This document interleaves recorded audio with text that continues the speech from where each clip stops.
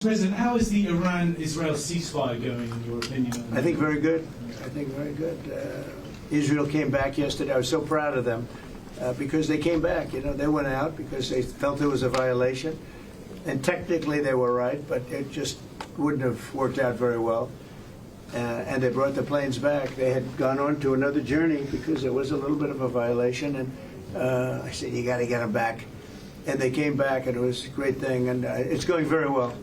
And the fact that you are now also successful in getting this ceasefire done between Israel and Iran, I really want to commend you for that. Thank you very much. And I think this is important for the whole world. Then on spending, it's absolutely true. I want to state here, without President Trump, this would not have happened. In 3 stages. When you became president in 2016, 2017, you forced Europeans and Canadians to pay more. At this moment, the result of that phase is $1 trillion extra aggregate defense spending by the Canadians and the Europeans. Then came phase 2, when you became president in January last year. Phase 2 is that all the countries not yet on 2% have now committed to the 2%. This is the old goal from Wales in 2014. 7 were not on 2%, some were saying somewhere in the 2030s. Now this year, all of them, including Canada, including Italy, including Belgium, they have all now committed to the 2%. And now comes the big splash. Today, we will decide to go to 5%. We have to keep ourselves safe for our adversaries, but also because it is fair to equalize with the United States. With this 5%, the Europeans and the Canadians will equalize their defense spending with the United States. So this is not about American taxpayers paying more. This is about Europeans, Canadians paying more. And again, this would not have happened. I'm really saying this here. And some people might criticize me, but then when I speak with them, they all say, yes, you're right. This would not have happened if you would not have been elected in 2016 and re-elected last year and back into office in January. So I want to thank you. Well, thank you very much. President, what's your reaction to the intelligence reports saying that the Iranian nuclear sites were only partially devastated, not entirely? Yeah, well, they said it was actually, the report said it could have been very, they don't know. I mean, they did a report. I could have Pete talk to it because his department did the report. They really don't know. I think Israel's going to be telling us very soon because Bibi is going to have people involved in that whole situation. We hear it was obliteration. It was a virtual obliteration. When you take a look at the ground above, don't forget, the flame is all underground. But everything above, if you look at the before and the after picture, everything above is burned black. The trees, everything. There's one building, but that's a building that sunk substantially into the granite, so that, you know, the fire goes right over it. It was, I believe it was total obliteration. I believe they didn't have a chance to get anything out because we acted fast. If it would have taken 2 weeks maybe, but it's very hard to remove that kind of material. Very hard and very dangerous for them to remove it. Plus, they knew we were coming, and if they know we're coming, they're not going to be down there. This is what a leaker is telling you the intelligence says. That's the game these people play. They read it, and then they go out and characterize it the way they want it characterized, and they're leakers. This is the game they play. So that's number one. Number two, here's a fact. The conversion facility, which you can't do a nuclear weapon without a conversion facility. We can't even find where it is, where it used to be on the map. You can't even find where it used to be because the whole thing is just blackened out. It's right. Gone. It's wiped out. It's wiped out. Then we dropped 12 of the strongest bombs on the planet right down the hole in 2 places. Everything underneath that mountain is in bad shape. And I refer you to the statement of the IAEA, Mr. Grossi. Yes. You know what he said? He said there was Iran, the way it looked the day before the attack, and what their nuclear program looks like now. 2 very different things. They are way behind where they were just 7 days ago.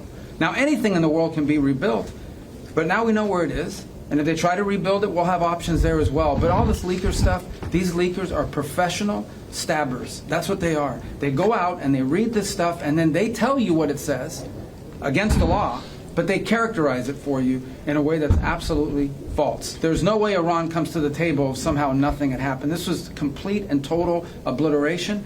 They're in bad shape. They are way behind today compared to where they were just 7 days ago because of what the president did. What's your response to the Iranian foreign minister continuing to say Iran will enrich uranium and pursue nuclear weapons? Well, I don't know if they've said that, but I'll tell you the last thing they want to do is enrich anything right now. They want to recover. And we won't let that happen, number one. Militarily, we won't. I think we'll end up having somewhat of a relationship with Iran. I see it. Look, I've had a relationship over the last 4 days. They agreed to the ceasefire. And it was a very equal agreement. They both said, that's enough. They both said it. But no, they won't do that. The last thing they want to do, Katie, is enrich. They're not looking to, they're not, can you imagine after all of that, they're going to say, oh, let's go and do a bomb. You know, there could be a day in the future, and then somebody else taking our place will be saying, don't do it. And maybe they won't do it as well, I don't know. But they're not going to have a bomb, and they're not going to enrich. And we believe all of the stuff is down there. We don't think they had nearly the time, because to get that out is a very difficult thing. It's not like moving a package or taking this carpet up and moving it. It's very difficult. It's very dangerous to do. We believe it's all down there. We had a tremendous victory, a tremendous hit, and because of that, I don't think they would have been down there, because they knew we were coming. When they know we're coming, they're not going to be down to that, 30 stories underground. So. No, I think it was just a tremendous victory for everybody, including Iran. Look, they've got a country, and they've got oil, and they're very smart people, and they can come back. Israel got hit very hard, especially the last couple of days. Israel was hit really hard. Those ballistic missiles, boy, they took out a lot of buildings, and they've been great. Bibi Netanyahu should be very proud of himself, and they've really been great. But they're not going to be building bombs for a long time.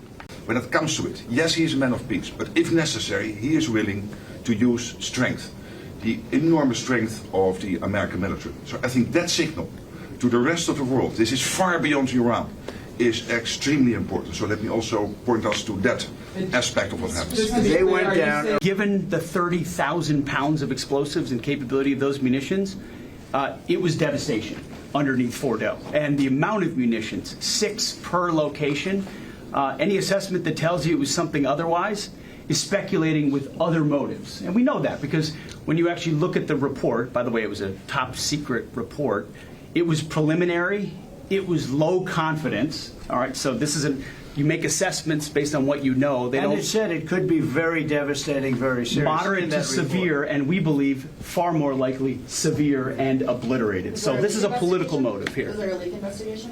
Of course. We're doing a leak investigation with the FBI right now because this information is for internal purposes, battle damage assessments, and CNN and others are trying to spin it to make the president look bad when this was an overwhelming success.